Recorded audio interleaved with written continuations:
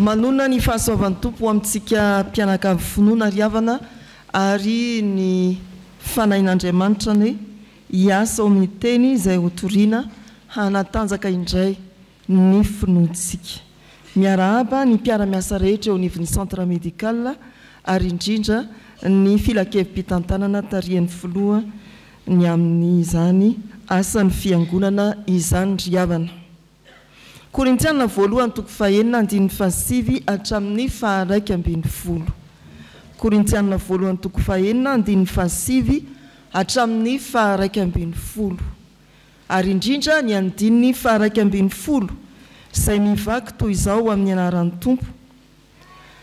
Ary efa mba toy izany ihany ny sasany aminareo, saingy efa voasasa ianareo, efa nohamasinina ianareo, efa nohamarinina ianareo tamin'ny anaran'i Jesosy Kristy tompo sy tamin'ny fanahin'Andriamanitsika. Efa voasasa ianareo, nohamasinina ianareo, namarinina ianareo tamin'ny anaran'i Jesosy Kristy tompo sy tamin'ny fanahin'Andriamanitsika. Ny Korintiana voalohany toko fahadimy sy toko fahaenina riavana dia manipika izay tokony ho fitondran-tena eo amin'ny fiangonana, momba ny fitondran-tena eo amin'ny fiangonana. Nosoratana indrindra izany raha ny fanolorana ny amin'ny toko voalohany ho an'ny kristianina tao Korinto efa nohamasinina, fa ho an'izay miantso ny anaran'i Jesosy Kristy tompo eran'ny tany rehetra hoy izy. Korintiana voalohany toko voalohany ny andininy faharoa. Izao ny voasoratra amin'ny anaran'ny tompo: mamanga ny fiangonan'Andriamanitra any Korinto dia izay nohamasinina ao amin'ny Kristy Jesosy, olona voantso sady masina, mba amin'izay rehetra miantso ny anaran'i Jesosy Kristy tompontsika eny amin'ny tany rehetra. Tsy ho an'ny fiangonana tao Korintiana izany no nanoratana, fa ho antsika miantso ny Jesosy Kristy tompo manerana ny tany. Isika dia ilazana koa ny hoe efa voasasa, efa nohamasinina, efa nohamarinina ianareo tamin'ny anaran'i Jesosy Kristy tompo sy tamin'ny fanahin'Andriamanitra. Ny Andriamanitra ivavahantsika dia Andriamanitra miasa, ary miasa amin'ny alalan'ny fanahy masina. Andriamanitra miasa ny fanahy masina ka mitaona ny olona hibebaka. Izay no ao amin'ny boky Nehemia ny vakiana teo. Miasa Andriamanitra ka ny fanahiny dia mitaona olona hibebaka. Miasa Andriamanitra ka ny fanahiny dia manamasina izay mibebaka. Miasa Andriamanitra ka ny fanahiny dia manamarina ny mpanota, manamarina ny meloka. Andriamanitra miasa ny fanahy masina, mitaona olona hibebaka. Rehefa mamaky izao andininy faharaiky ambin'ny folo izao isika, dia misy filazana hoe efa mba toy izany ihany ny sasany aminareo. Efa mba toy izany ihany, inona ny hoe toy izany ihany? Tanisaina eo amin'ny andininy fahasivy tapany farany sy ny andininy fahafolo. Mpijangajanga, mpanompo sampy, mpakavadin'olona, sodomita, mpangalatra, mpierina, mpimamo, mpanaratsy, mpanao ankeriny, ireo efa mba toy izany ihany ny sasany aminareo.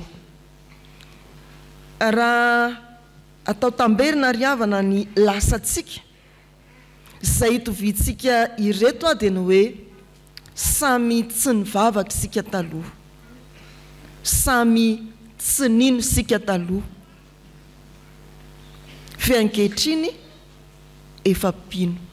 Samy tsy marina isika, fe ankehitriny efa samy namarinina. Fa na samy tsy nivavaka, samy tsy nino aza, dia tsy mitovy ny faratsy toetratsika. Ianao nananany anao, za nananany anahy, izy nanany azy. Fa atambatra ilay fahasoavan'Andriamanitra rehefa nibebaka dia no hamasinina ary no hamarinina. Efa voasasa ianareo. Raha ery amin'ny votopejy dia adika hoe efa nanasa tena, nanadio zany, fa tsy hoe manasa hinana. Efa nanasa tena ianareo. Raha alaina kokoa ny heviny dia no hoe efa nibebaka.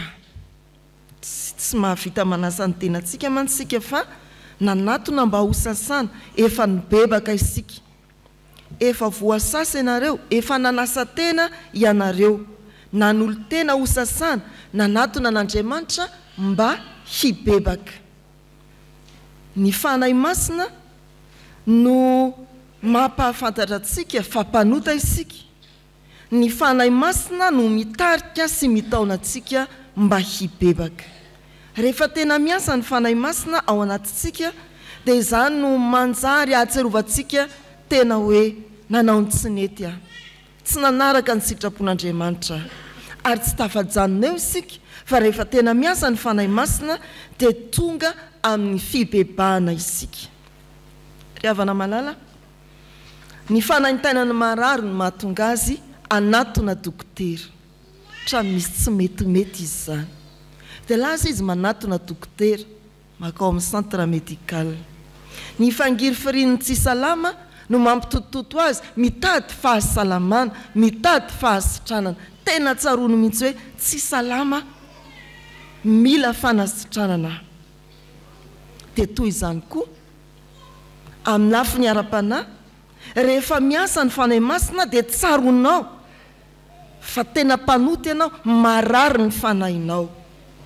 Toy izany koa amin'ny lafiny finoana, rehefa miasa ny fanahy masina dia tena tsapanao mihitsy hoe mangirifiry ny fosiny saina ary ny fanahinao, satria nandika ny sitrapon'Andriamanitra ianao.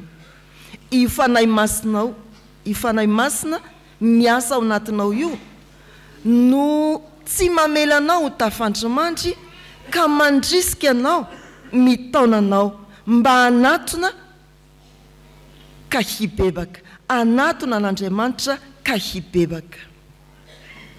Soratra masina rehefa dia milaza manao hoe tsy ny finaritra no mila mpanao fanafody fa ny marary, tsy avy antso ny marina aho fa ny mpanota hibebaka. Teren'ny fanahintaina sy ny fangirifirina ny marary dia mihazakazaka mitady dokotera. Fa moa ave teren'ny fanahintaina ara-panahy ianao, mangorakoraka ny anatinao satria tsy nahatanteraka ny sitrapon'Andriamanitra ianao, dia tonga anatona an'Andriamanitra hibebaka. Tsy ny finaritra no mila mpanao fanafody fa ny marary, tsy avy antso ny marina aho fa ny mpanota hibebaka. Ny fanahy masina dia mampatsiaro anao ankehitriny fa mpanoty ianao. Avelao hiasa ny fanahy masina hitaona anao hibebaka. Dia aza miaino ho hainy fahotana.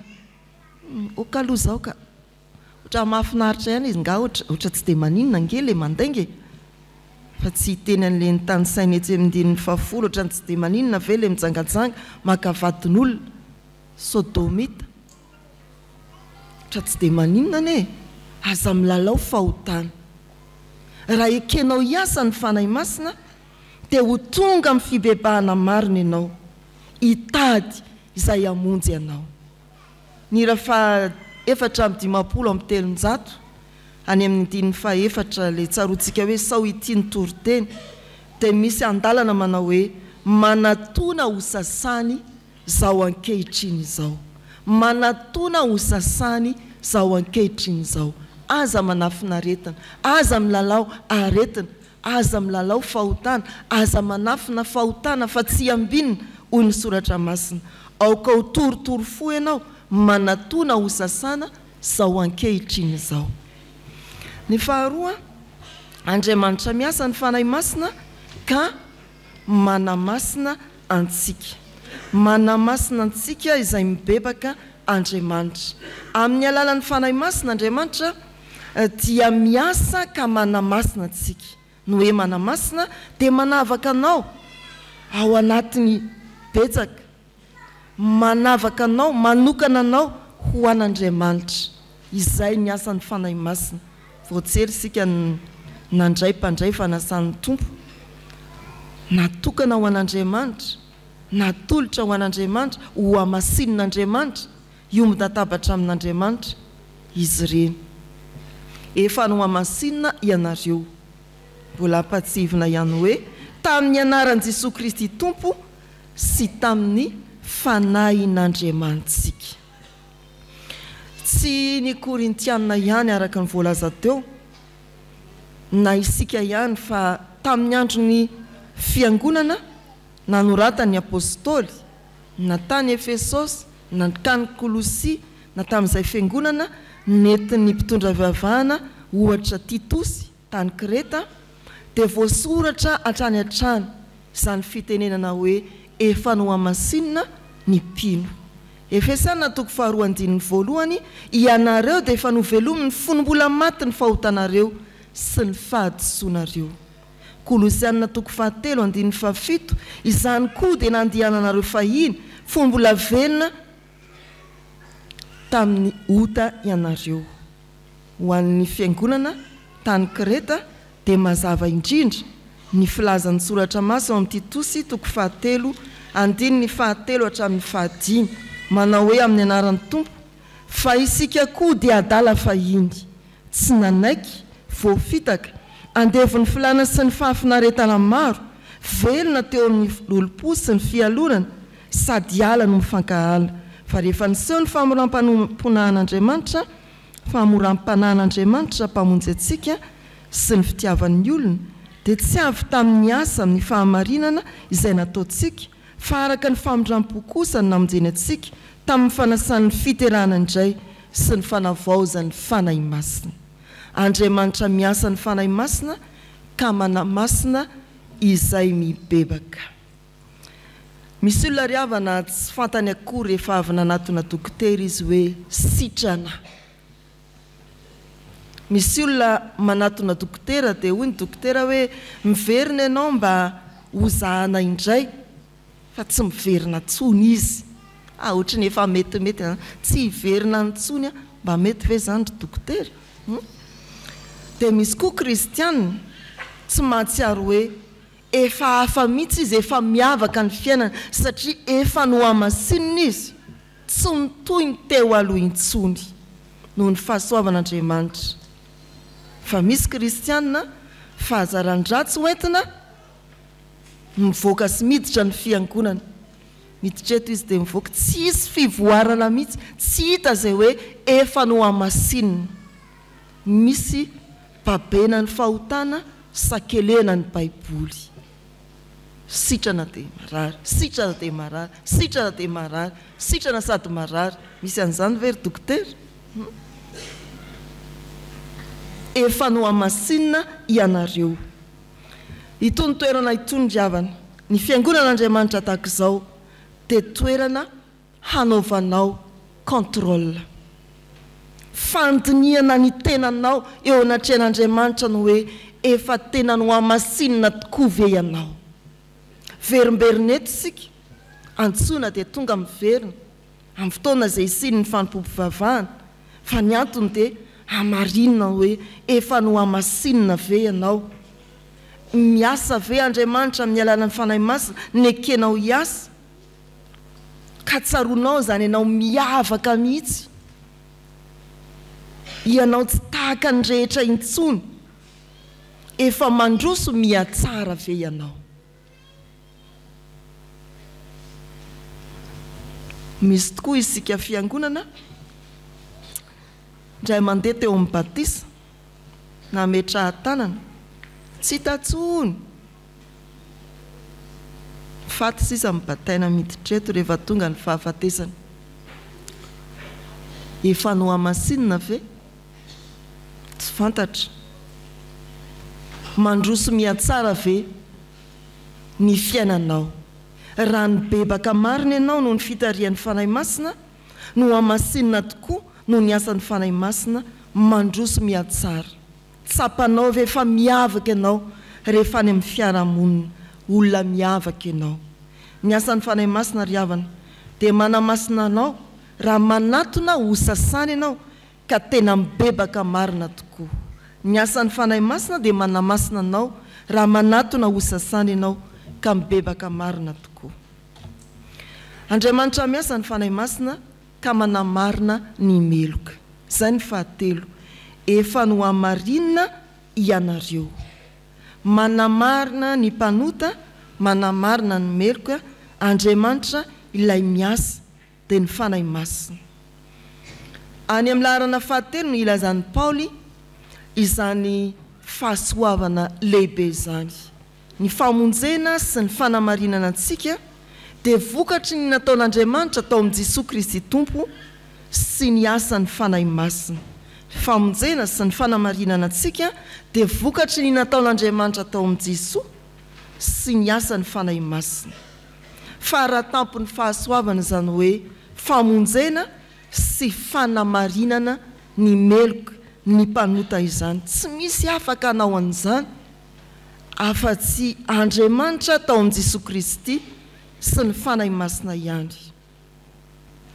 miseho miariary eto ry havana ny herin'ny fahasoavan'Andriamanitra ny herin'ny fanahy masin'Andriamanitra ny ratsy dia azony ovaina ny meloka tena marinina ny diso dia no hamarininy koa ary izany no mahabe fanantenana antsika tsy hampamofono hoe efa izao zao ve ny nataoko dia mbola azo fahamarinana ihany avy amin'Andriamanitra raha averina ny fitanisanany retsy ilazaina hoe tsy tafiditra ao amin'ny fanjakan'Andriamanitra dia mety mangororo izay voakasika ary tena tokony angororo saingy tsokony ho kivy na ho very fanantenana satria ay Andriamanitra miasa ny fanahy masina manamarina ny mpanota mibebaka marina sy efa no hamasinina tsy vitanao tsy vitan'ny ray aman-dreninao tsy vitan'ny manodidina anao tsy vitan'ny sekoly fa vitan'Andriamanitra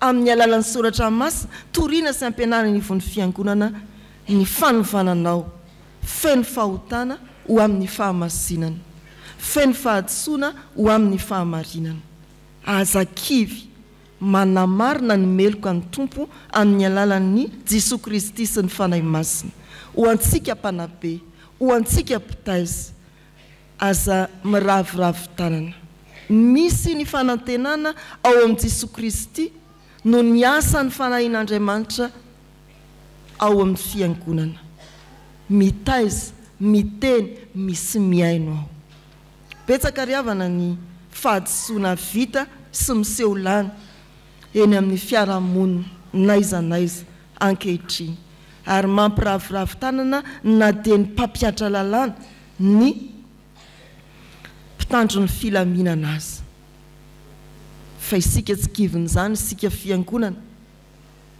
misy manamarina ny meloka betsaka ny olomeloka tsy mahita iantoroahana intsony satria vidina lafo ny fanamarinana any amin'ny fitsarana tsy vitany resaka ny famelan-keloka eny amin'ny fiarahamonina fa ambava fotsiny ihany ny sasany fa tsy tena iainana sarotra ny manamarina ny meloka saingy vitan'Andriamanitra tao amin'ny Jesosy Kristy izany ry havana malala manamarina ny meloka ny tompo aza manamaritena ary aza manameloka ny afa-ko fa an'Andriamanitra izany amin'ny alalan'ny fanahy masina mampatsiaro fa meloka ny olona anankiray amin'ny alalan'ny fanahy masina mampahafantatra fa efa no marinina ny olon-diso anankiray